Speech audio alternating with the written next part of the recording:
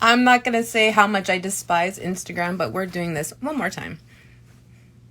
I don't think it's ever a Q&A unless Instagram gives me hell. One more time. Hey, Vero. Love ya. B.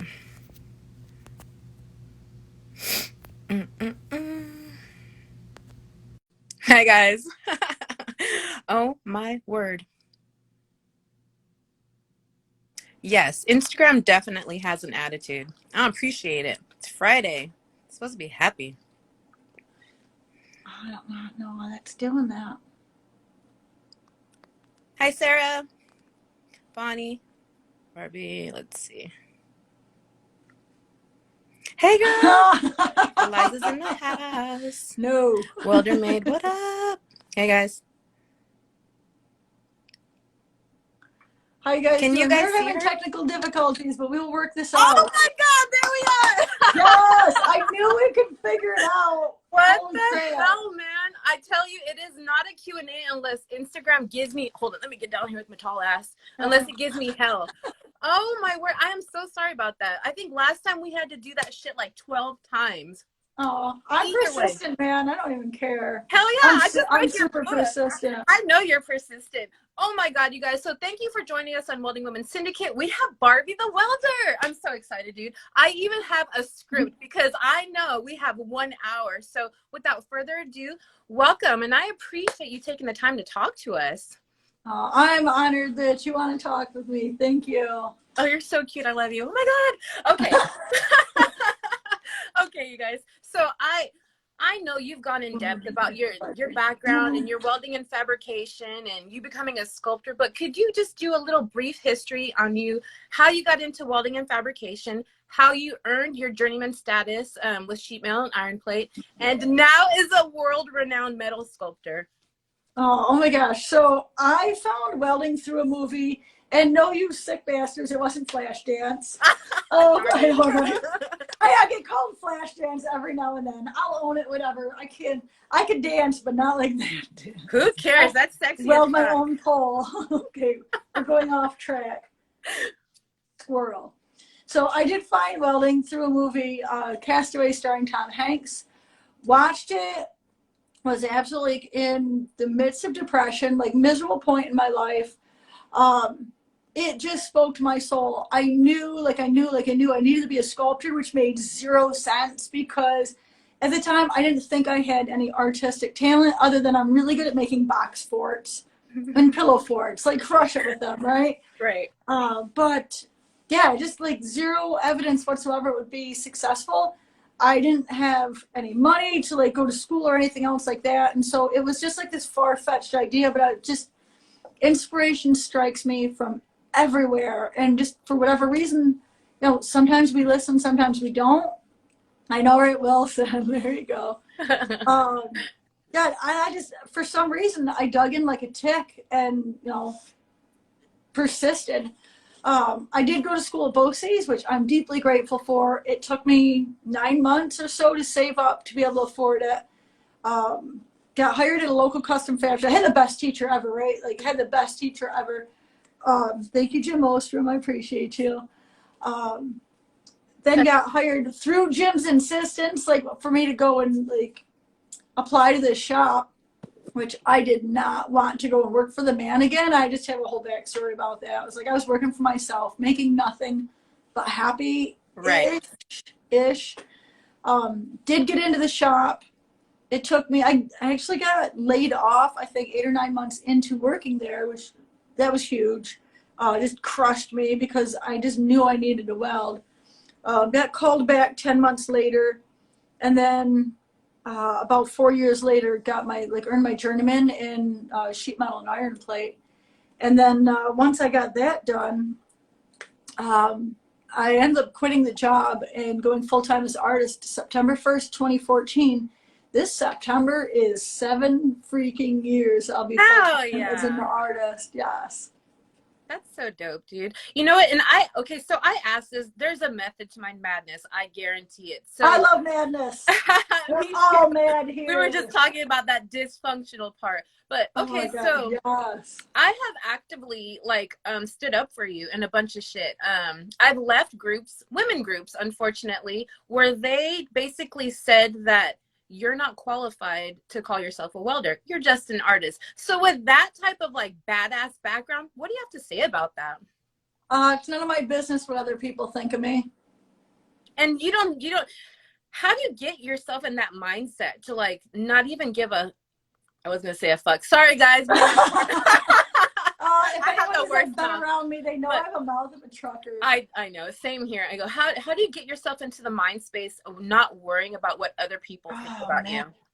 you? I know, right? Fuck them. Oh my gosh. Hello in Lakeland, Florida. So it has been a long journey.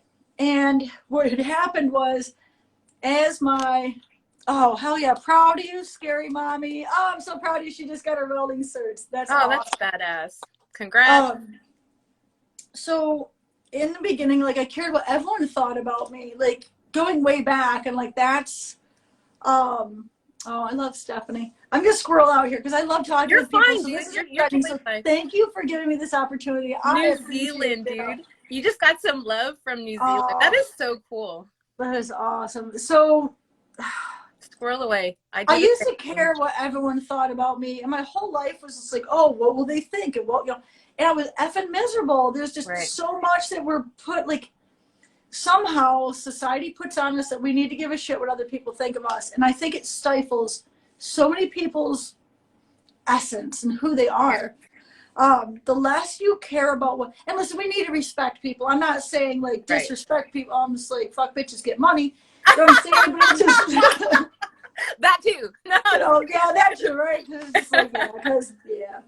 But it's like, I unapologetically, like, I have like this vision of what I want to do. And the thing is, if I sat there and worried about every motherfucker that, like, just had something to say about what I'm doing, it would get in my head. Like, and this is what used to happen, right? Like, so I'd have like, I would post something online. I would have like 100 people say nice things about me, and one ain't shit motherfucker would be like, "That's a funny looking kitchen." And like what's messed up is my brain goes to right. every single person that's negative, all that glorious, beautiful, kind things that people are saying about me. For some reason, it's like my brain was a crap magnet, and I went right to the crap. I'm like, how can I focus on this? How can I make myself feel worse? How can I wallow? How can I wallow in this crap? Just Right. it was just like this negative mindset. But I had dreams and goals and ambitions with my business, and what had happened was, in order to grow my business, I had to grow myself into someone who could do that in business. And so it's become like this dual mission of self-improvement, like improve here, because this Yeah. is everything. Yeah. Everything. I will say that a bazillion times. What you're doing up here creates everything that's outside you. And so if you are focused on people who are negative, whether it's parents or friends or just random Always. strangers on social media, listen, only you create your life. And if you're focusing on all this negative stuff, like you don't have to create an art empire to do this. It's all just, it's literally a mental game.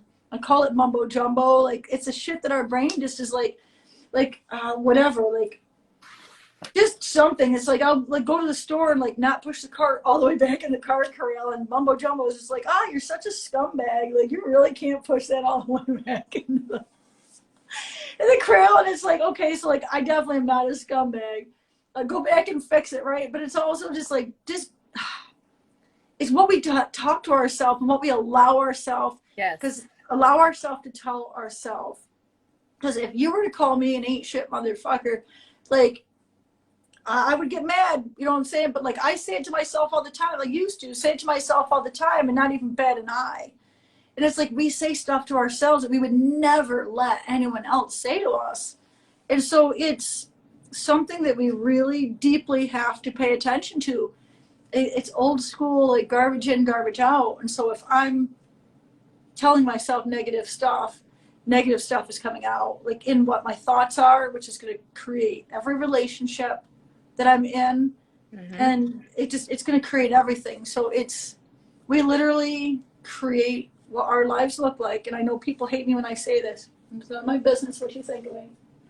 But like, if you're in a shitty relationship, it's your fault. Get out. Yeah. Now, if you're in a job that is not treating you with love and respect, that's your fault. Get out.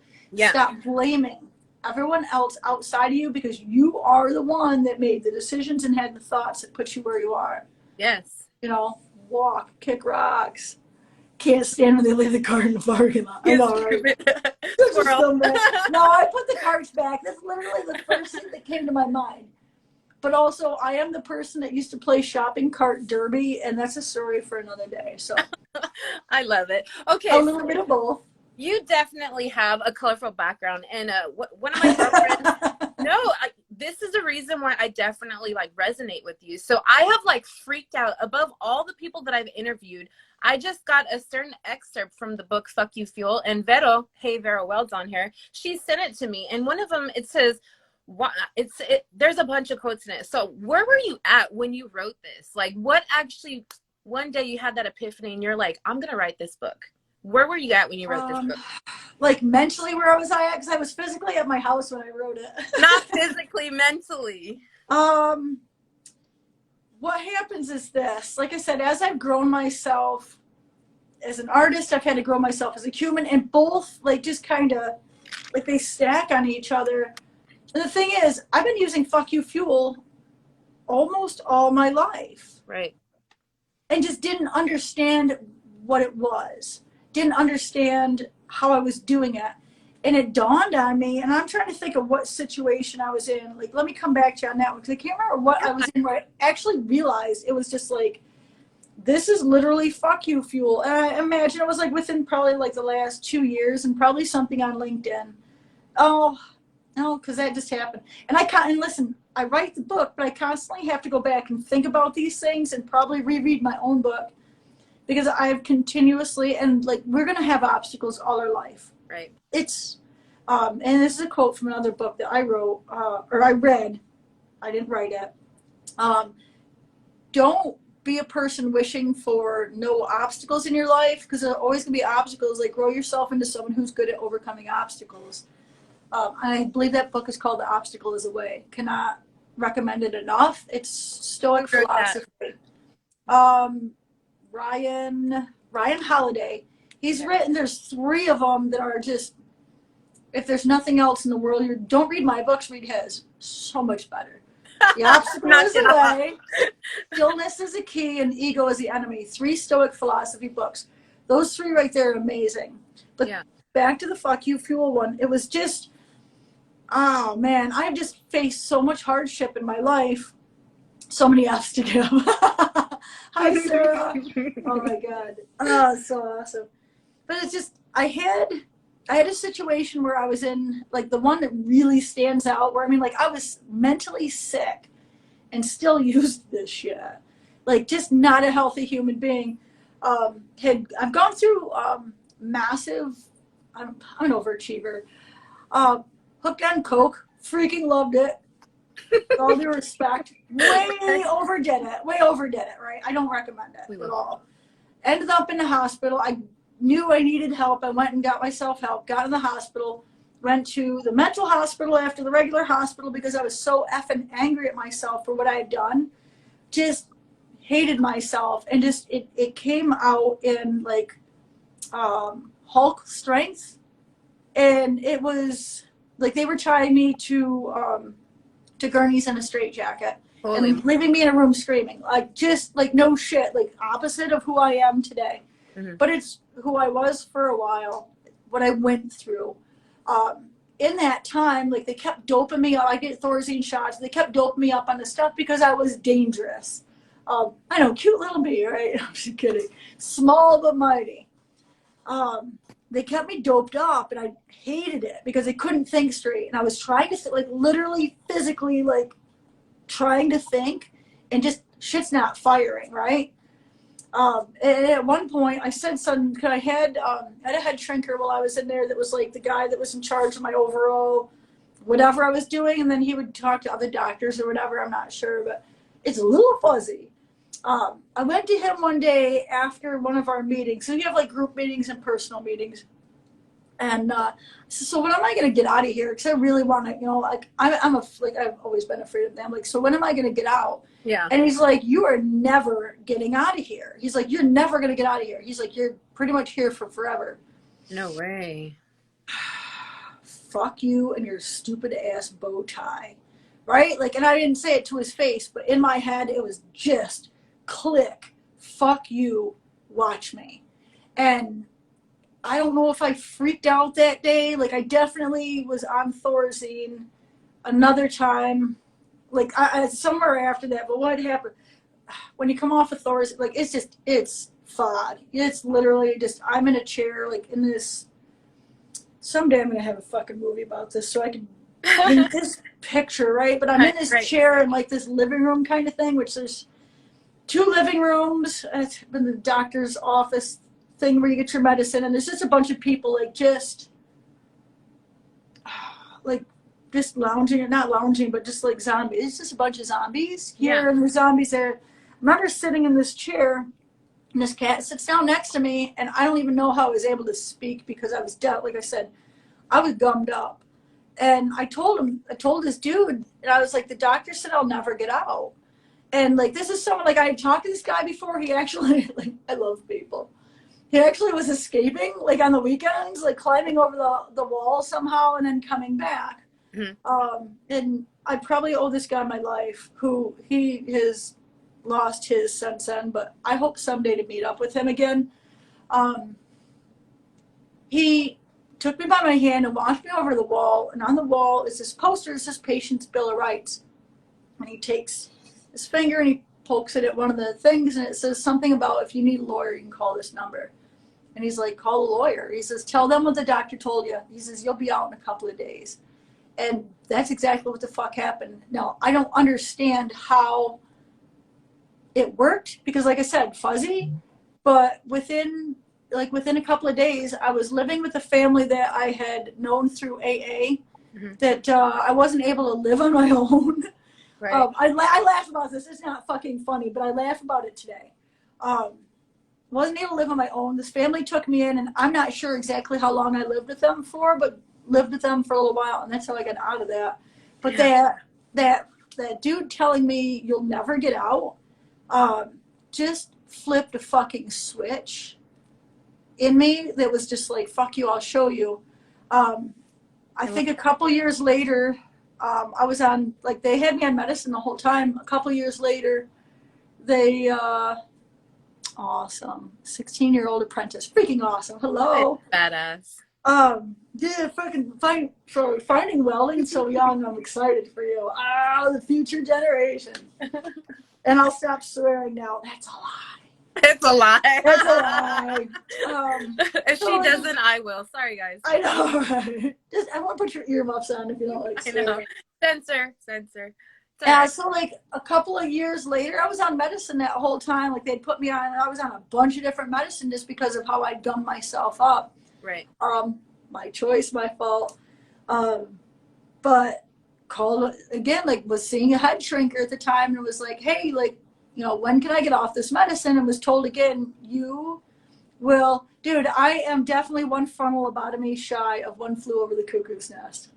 That is the only difference between me and that movie. I love you, Paige. That was so funny. Oh my God, it's absolutely, and it's one of my favorite movies. Weirdly, I like Nicholson. Yes. But so I just, they told me I'd never get off medication, and it was one of those things. I was just like, fuck that. I don't want to be dependent on medication. Like, I just assumed I would just like wean myself off, and it was just. For like a couple of years, definitely for a year, was like a zombie because of the stuff they put me on. And like, health-wise, I'm not a fan of medicine. And listen, like, this is like, do not ever take my advice, like, ever. Like, this is my experience. So if you're on medication, like, talk to your doctor. Like, this is, what I'm saying? Like, I'm, like, scares the living shit out of me. Someone's going to go like, oh, I could get off my medicine. No, this is your story. Note to everybody, don't you write your own story. This is her story, and she's not giving like doctor's advice or anything like that. This is just what she went through. So Yeah, this is your absolutely. disclaimer right now, My people. disclaimer, right? Hello in Texas. How you going? Hello in Dansville. You're right down the road from me. Oh wow. Yeah, so I went off the medicine and it was Yeah. really difficult because I had, I think, six different freaking diagnoses or three different diagnoses and six different medicines. I don't know. Numbers are silly. Yeah. You're funny. But it was, it just went, it puts you in la la land. And that's the thing is like, I didn't like how it made me feel. And I think the only thing that really worked is right around the same time. I love it. Welding is the best medicine. Yes.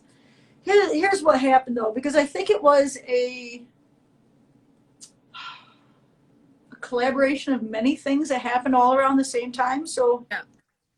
very, very soon after getting off that medicine, I did find welding, like right around in that area. Mm-hmm. And so I really fixated on it, right? Obsessed, Yeah. like Good happily upset. obsessed. Yeah. And I think that obsession with how I'm going to weld, how I'm going to be a sculptor, how I'm going to learn the skills, how everything is going to happen. Mm-hmm. I do think that obsession took me out of, which I was still in here because we're always in our brains. I was still in my brain, but instead of the gobbledygook that I was telling myself and all that negative stuff, the conversation changed. And it was all about like, you know, what TV shows have welding in it that you could watch, that you could learn from? Thank you, Biker Build Off and Junkyard Wars and Monster Garage and Orange Yes, County that's what I was Choppers. I love watching. them. I miss that. But, you know, like, you know, how can I see welding? How can I be around welding? How can I save money for welding? And then just everything, like everything. I was obsessed with it. And I think just that mentality of just being laser focused on one thing that was going to be healthy for me, which at the time I didn't know any of this. I just knew I Right. wanted to, you know, wanted to weld. But because my focus is outside of poor me, it was how can I changed from poor me to how can I? And Yes. that how can I mentality changed everything. Good. Everything. It still does to this day. Yeah. And it's something that I purposely do. And I ask myself like these questions like, how can I make this sculpture and get paid at it? Right. And it's just like, Yeah. how can I ask yourself? Because that right there, those three words are probably the three most powerful words that you can, because it puts you on like this positive mentality versus the like, Sure. how come this always happens to me? If you say that it's going to keep happening, but if you say, how can I keep this from happening again? It's a different mindset. Well, it's funny because I was gonna go on to the next one. One of the excerpts you have from Fuck You Phil, it says, "Be unapologetically who you are. Not everyone's gonna like you, but not everyone has good taste." I absolutely love the fact that you are just so very unapologetic about telling your story. It's so fucking brave. I don't even care, guys. Oh, And, we're no, overwatching that. I know. I'm sorry, guys, but honestly, like Vero Weld, she sent me these, and they just resonated with me so tight. Like, you know, like who cares? I'm gonna tell my story. If you don't like it, move the hell on. You know what I mean? Yeah. So how I know I don't want you it's almost the same question, but how do you put yourself in that mentality? Because that's something you basically have to adopt every single day. Am I gonna be the true authentic me every day, or am I gonna be some fake little bitch? You know what I mean? Like, how do you put yourself in that mindset every single day? I think it's a practice like anything else. What had happened was when I started gaining traction in having followers on social media, in growing my business, it never dawned on me, A, that my past would come back. I'm fucking over it, but not everyone else would be, right? And so I'm like, oh my God, someday I'm gonna be on TMZ or some shit where they're gonna drag it up and they're gonna be in control of how, who knows, right? You God, are the father. The lie detector proves that was a lie. Right. But I figure like as like it was growing, I started getting this anxiety in me that it was gonna come out. And that's a, you know, a true and honest fear. I'm like, fuck, like people are gonna hate me. People are going to leave. People are gonna see me for who I really am, and like all my, you know, all the ugliness, all the skeletons and all that. I was deeply effing scared about that, and it was something that like like when I say anxiety, immediately I'm just like, this is what anxiety is for me. I just feel it in my chest. And wildly around, and like, fuck going on here? We're having a fucking ball, that's what. Around the same time, the universe gives you everything. Stupid trick. I'm not paying child support, not even if there's a fire. I knew it. I freaking knew it. Oh my God. They better have long pigtails, otherwise I'm going to know it's a lie. Oh my God. Freaking awesome. Oh my God, where was I? I don't even know. Freaking trick. No. Oh, okay. Skeletons in the closet. So yes. Here I am, like, starting to think about this and like how this shit's going to come out, right? And around the same time, because like I have kind of mentioned a little bit here and there, and like I was getting podcast interviewed by people like all the time. Yeah. And like I would kind of like mention a little bit or say a little bit here or there. And so like there's a word for what that is, but like I would say something here and there about like having a rough past, but never really came out with all of it. Mm. And so around the same time of me thinking about this, this guy gets a hold of me and he's like, Barbie, he's like, I've heard your podcast. It's amazing. I want to interview you. He goes, but I feel like there's a lot more of the story that you haven't told. And he's like, I want to share your whole story, but I want to deeply honor you with it. I want to just do it in a way that really like just lets you tell your story, but doesn't make it look like a scumbag. I'm like, good luck, because I was a scumbag. You know what I'm saying? Like I did some scumbag stuff, and it's okay because we all do. But it was just like, just how about you have like, if you have the balls to tell my whole story, then let's go.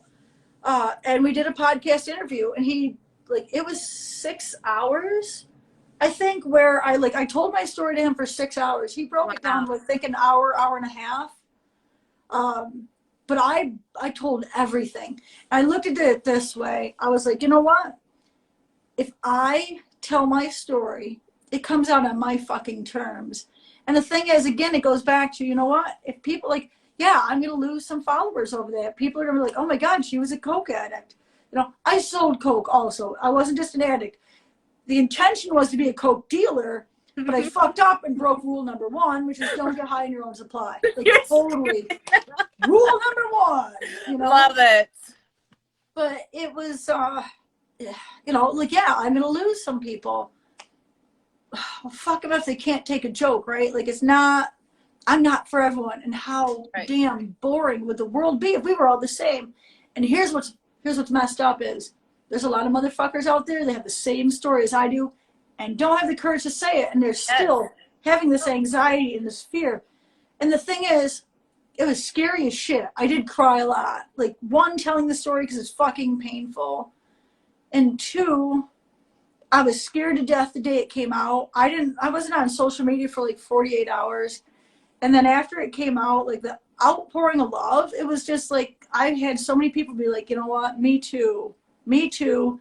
Me too. And I think what it's done is it's given people permission to be who they are.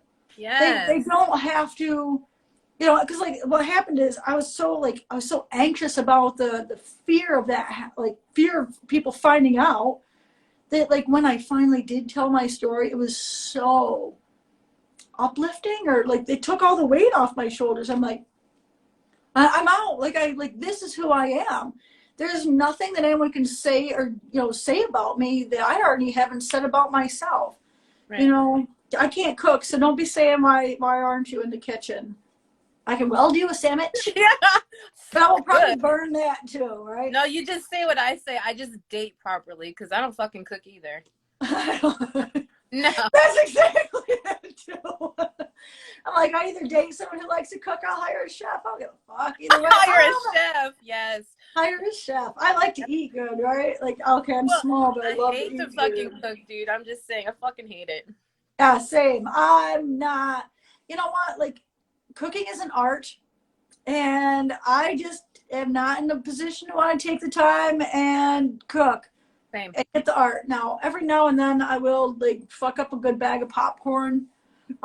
If I cook dinner, it's either like me ordering out from somewhere. I just learned about DoorDash. If you guys are looking for a response from me, like I'm on it. Just saying, I have nothing but good stuff to say about it.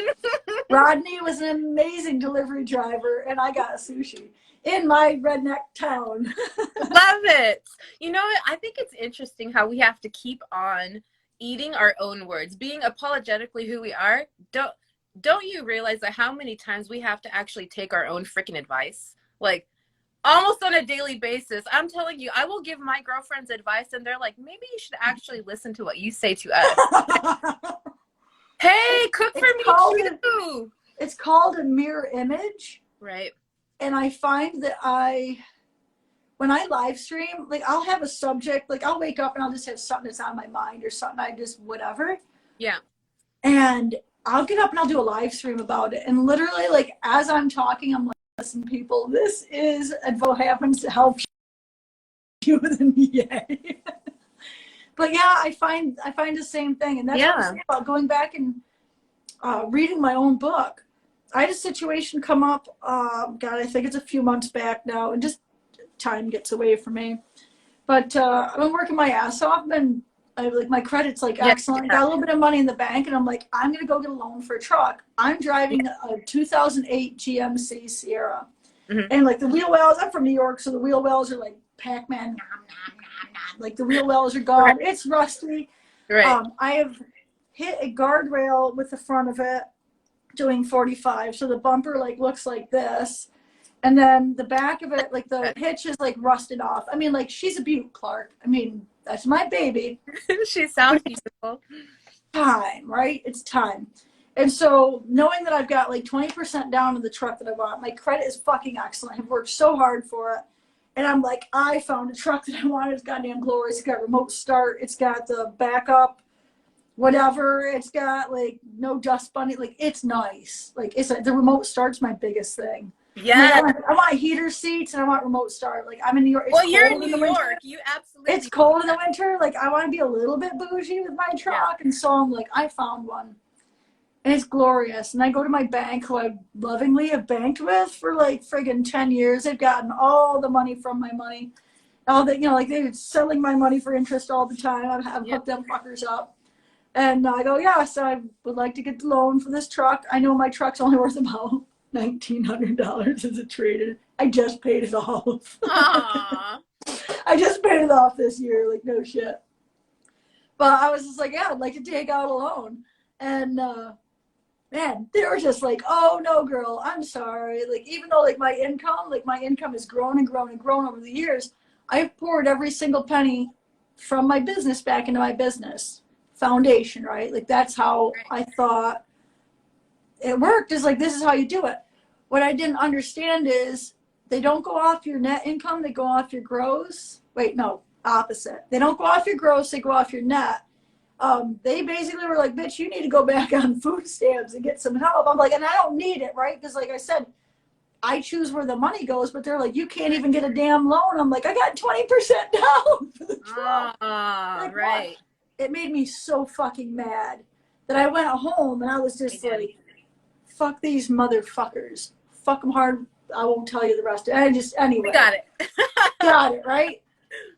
In 2 months' time, like using fuck you fuel, I had cash for that truck. Fuck you. Which I still haven't bought it because now I'm on a different vibe. But you can talk to Eliza about getting a car. I'll send you in that direction. I have an idea for something that I want to drive, and it's not traditional, which makes so much more sense for me. So I'll just leave it at that. We'll see the universe. If the universe, yeah, but I mean, like it was just like I was incensed that I worked so hard, like which means I have to pay cash for a shop now too. They're not going to give me a loan for a shop because this is how I've done my finances. I'm not changing it. Like I put the money back into it. It lets me, like I've got all the tools and toys that I can fit into this shop. And I really thought I was just, I thought I was maybe like less than a year away from getting a shop because like I said, my credit's good. I got the cash in the bank. No, like now I got to, when y'all see me get a big girl shop, know that bitch paid cash for that fucker. Hell yeah. And it's just like, all right, then the bank is going to lose out on all my, they could have had interest for that truck. Yeah. They could have had the interest for my property. Never mind that. I'm just going to go and I'll pay cash for it. But yeah, I had to really stop and reread Fuck You Fuel after that because I was just like, I was angry. Yeah. I was angry. When you're angry, like that energy, it's neither good or bad. It's just energy. But if you focus your energy, Stop calling people. when you focus that anger energy in a good direction, you could do so, like, it's so powerful. And that's what I did. Yeah. 2 months, cash. Yes. They still have my money. I just won't take no loans out from them no more. I got more money than the lady running the bank now. I love how you continue to write fuel for that book. Here's Fuck You Fuel right here. I love it. Yeah.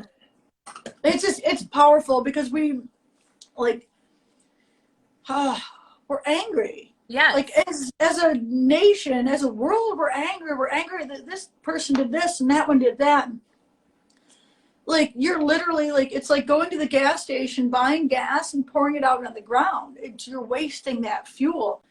You could take that anger fuel, like all the negative, and the more negative stuff that happened to you in your life, like all this stuff I've gone through, which this is a weird way of saying it, but it is what it is. Like, the worse your fucking life is, the more fuel you have and the more successful you can become. You look at people like Tony Robbins, who came up into like dire poverty, right, and where he is today. And whether he'll call it what it is or not, like, he has used that and somehow has leveraged it.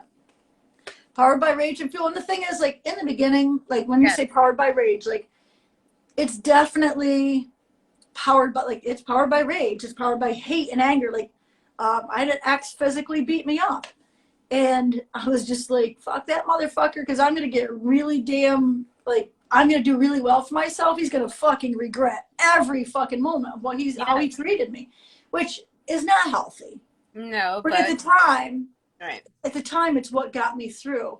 Right. And what happens is, it's like burning through the atmosphere when a rocket first goes up and it has to break gravity and it has to go through all that gravity. You need a lot of energy in the beginning. You need all that, like, fuck you, that real hatred and anger.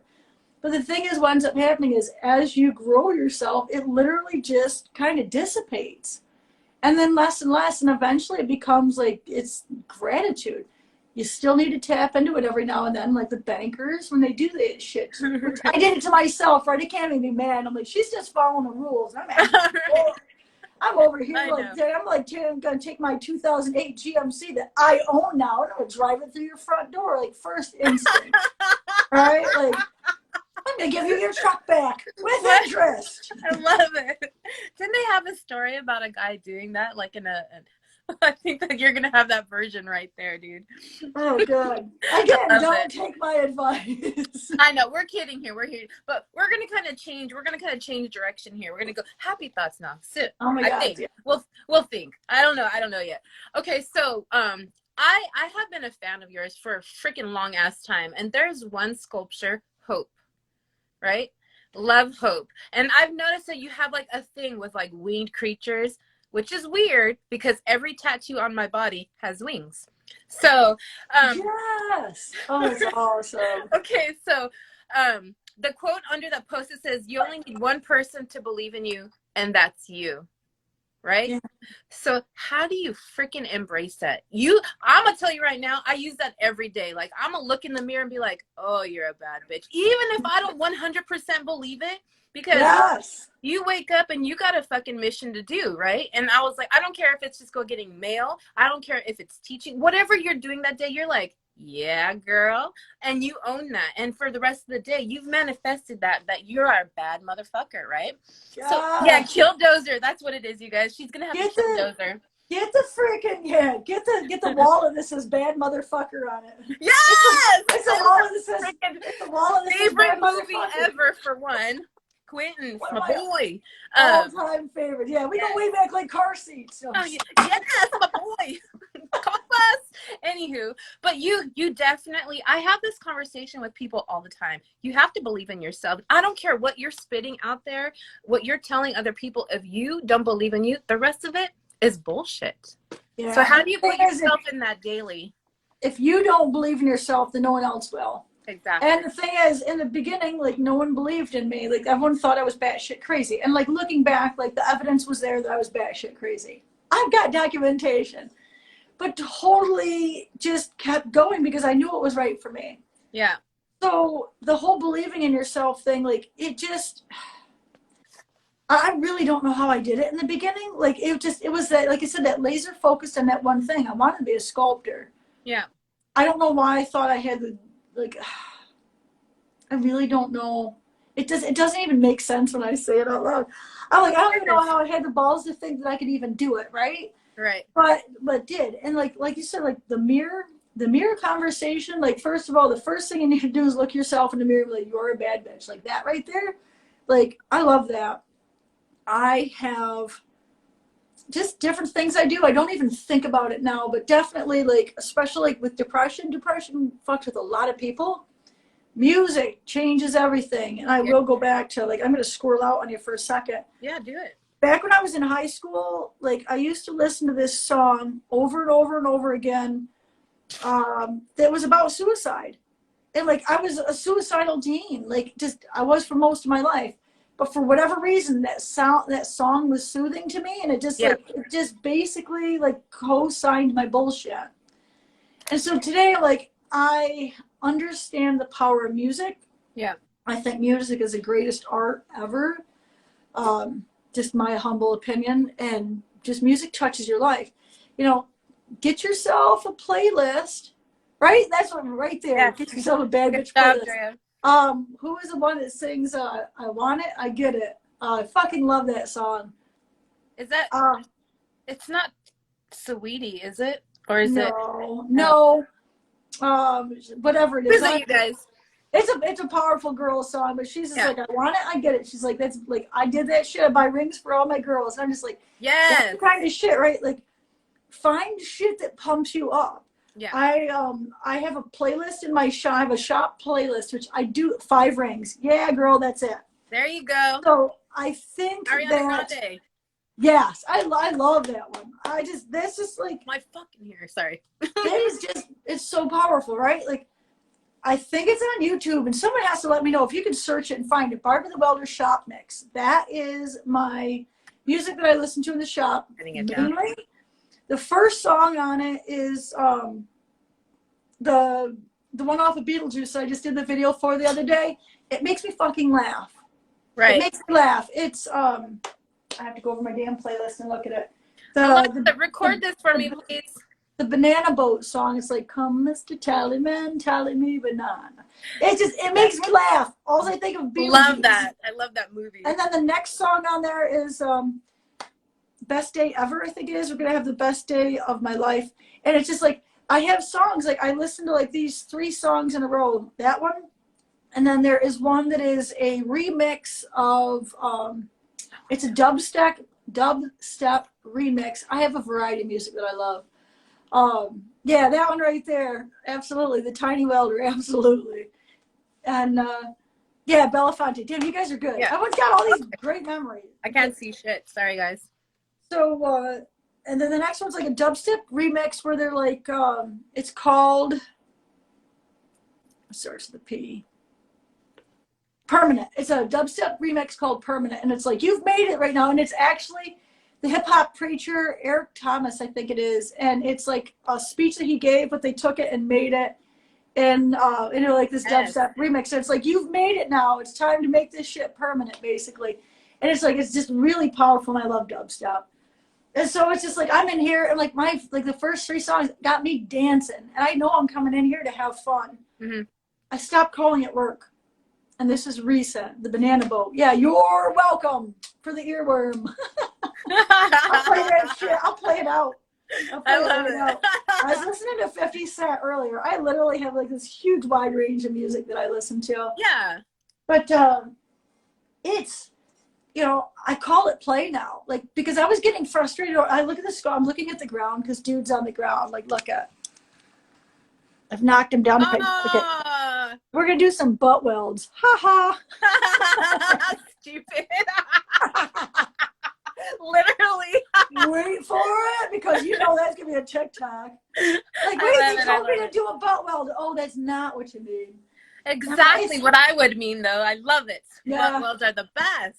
I was just getting stressed about this sculpture. I am definitely way the fuck behind, and I was getting really just like, I'm already working 6 days a week on it. I have to take Sundays off, and then I feel guilty about it. But I have to take Sundays off now. Well, you did tell me that your boss was a pain in the ass. So my boss is you should talk to her about word. that. Okay, But, so let's kind of move and talk about the Rock the Trades project. Yes, I know that's where we're at with him. We just saw his butt. So I know, okay, so I know what it's a workforce initiative. Tell us a little bit about the Rock the Trades. I actually didn't know too much about it until I followed them. It was kind of a weird I guess algorithm. I don't know how it works. And then I started looking more into it. But how did you come to collab with them, and what are they about right now? They found me, man. Love it.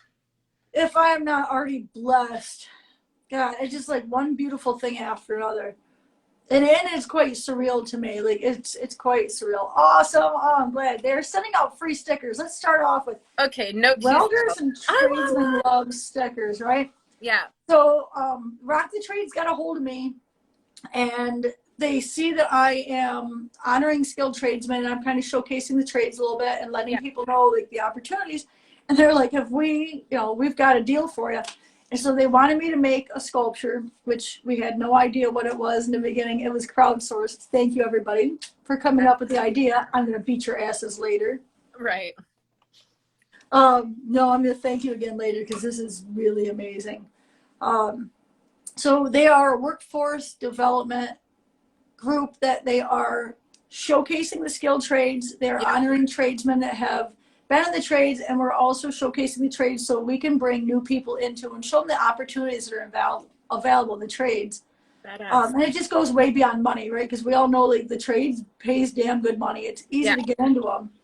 But there are, I don't even know what you would call it, but like me getting over depression, right? Like that shit happened because of welding. I didn't set out to make that happen, but working with my hands is cathartic, and that creating and that working to improve yourself, it got me out of here. It got me in front of myself and started, just different focus. And so like, they have nothing to do with like the whole depression thing, but it's what I know, right? It's what I've experienced. And so like, there are, I think non-tangible is the word I'm looking for. I don't know. There's freaking blessings to being in the trades other than a damn good money. And the amazing feeling of working with your hands and building shit that will last forever. It's therapeutic. It really is. It's therapeutic, and so many people don't necessarily realize it when you get past like the dirty or I like the dirty. I do too, but sometimes you just kind of get past your comfort zone, and then you realize how freaking therapeutic it is. It truly is, and I mean, I feel you on that, but so many people only see a certain aspect. It's nice that these initiatives come in to help people with that, because it's so fucking therapeutic. It truly is. Yeah, it is amazing.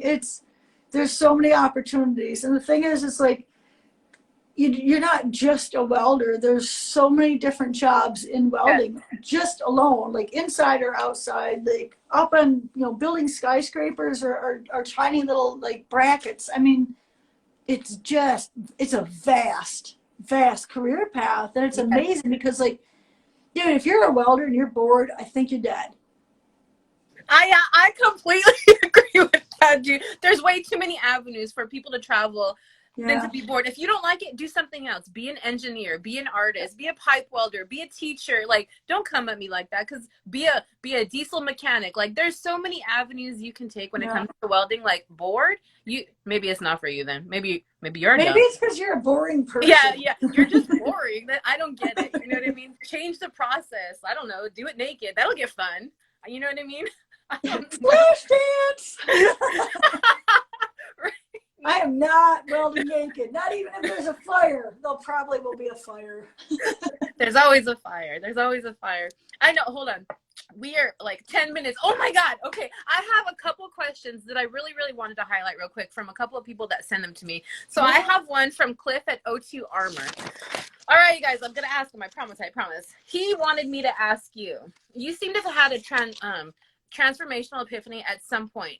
What barriers have you encountered from others, and what did you do to counteract the negativity? Oh, wow. And we've kind of got into this, but like short, obviously. So with welding, the only negativity I really got was people really not believing in me and not seeing the vision. I dug in like a tick and didn't let go until I got what I wanted. During this journey, I've cared less and less what other people think about what I'm doing. Good. Like, yes, I want to honor and respect everybody. Yeah. But getting to a place where, listen, man, life is short. You're not living daddy's life. You're not living mommy's life. You're not living your brother's life or your neighbor's or your friend's life. You're living your life. Yeah. Only you know what's good for you. Amen. Only you, like, you know, and it's just like, look at, because like my mom and dad, like when they freaked out about me quitting my job, like when I was like, they're just like, oh, okay, she's going to be a welder. They were cool. And then I was like, yeah, I'm going to quit my job and go full time. And they're just like, what the hell? Like, it was really like, they were shocked. They were disappointed. We're not angry. We're disappointed. I'm like, oh, not the disappointment. I know. You know, like, I think that's worse. Shit. The thing was, everyone has experiences in their life. My mom and dad's fear had nothing to do with not believing in me. Yeah. They didn't believe in themselves to do what I was going to do.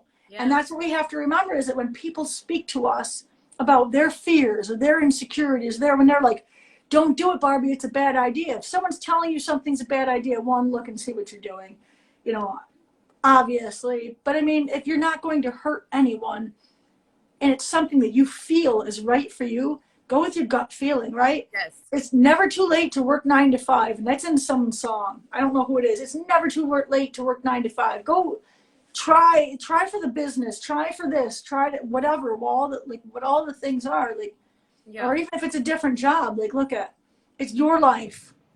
And they're not telling you that they don't believe you could do it. They're telling you they don't believe they can do it. Yes. Yeah, that's true. That's so weird. I just had this conversation with Eliza today. No, that's true. That's absolutely true. Okay, I know. I can see you guys. I'm asking the questions. I promise. All right, I have one. I'm sorry, you guys, if I get this name right, but it's Aquí es Ballesta Parada. All right, and sorry, that's just who it is. That's the Insta It's handle. amazing. I feel like you did way better. Like, I definitely would not have done that. I'm like, I have an excellent question from this person. Okay, and it says, how do you stay motivated when times are hard? Ooh. It's called Sweep the Shop. Yes, cleaning. Oh, it's not even the cleaning part of it. It's this. It's being in the space. It's being in the arena. Yes. I went through a part where I was depressed after I'd quit my job. I was full-time as an artist. I was making art. I wasn't making money. There was a lot of fear in that. And I actually depressed, in bed, depressed for a couple of days, back to negative. And someone gave me the suggestion to sweep the shop. Because I didn't even want to come in here, right? Yeah. Sweep the shop. And what I learned from sweep the shop was I come in here and took me a little bit. I swept the shop as I look around. I'm just going to look around my shop as I talk to you. That's fine. It means the world to me. When you sweep the shop, you're in the arena. You see things that are in the arena.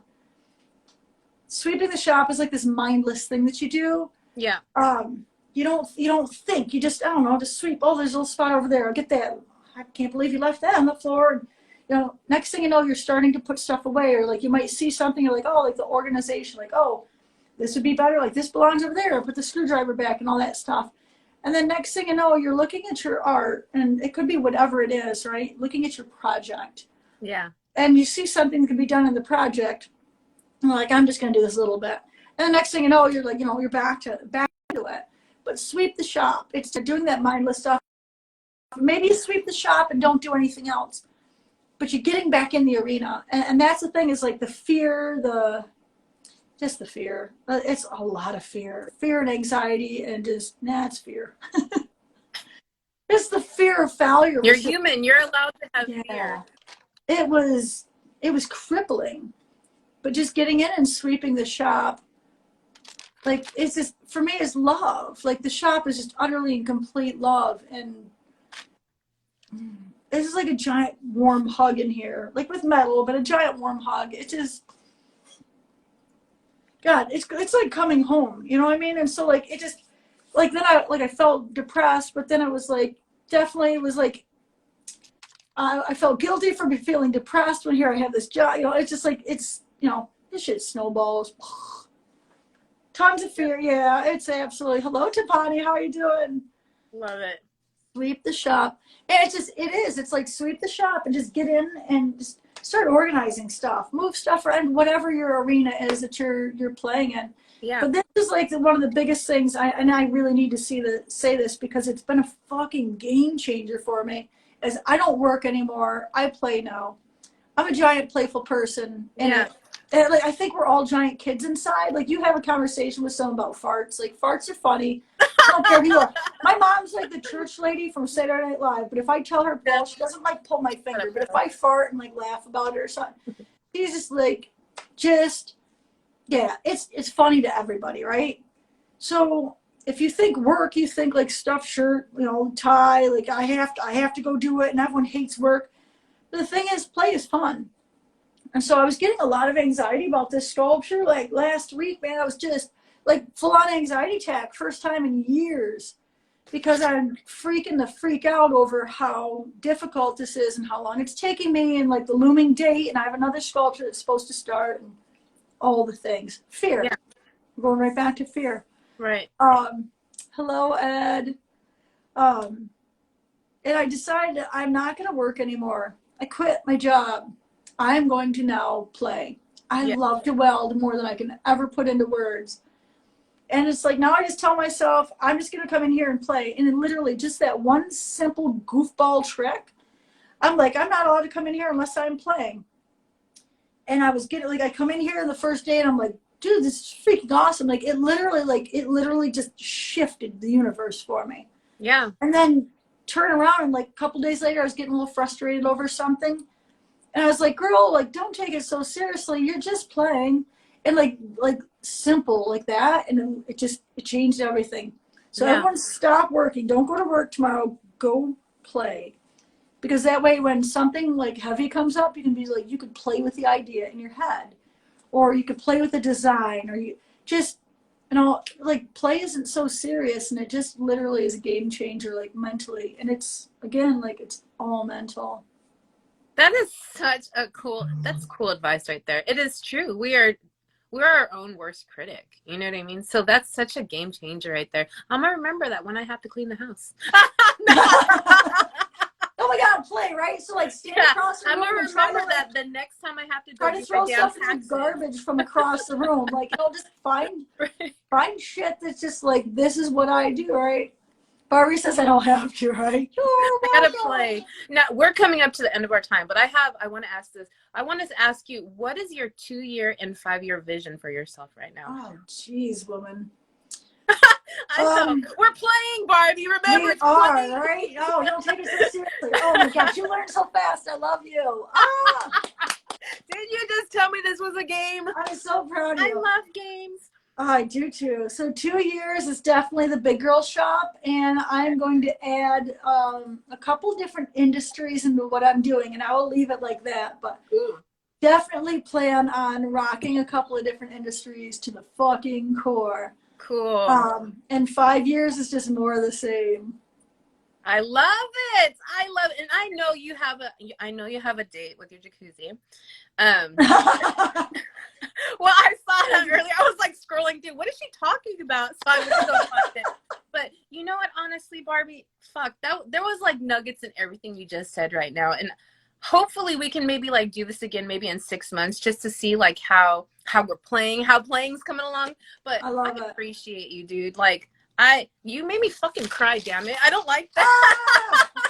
Normally it's me. Normally it's me.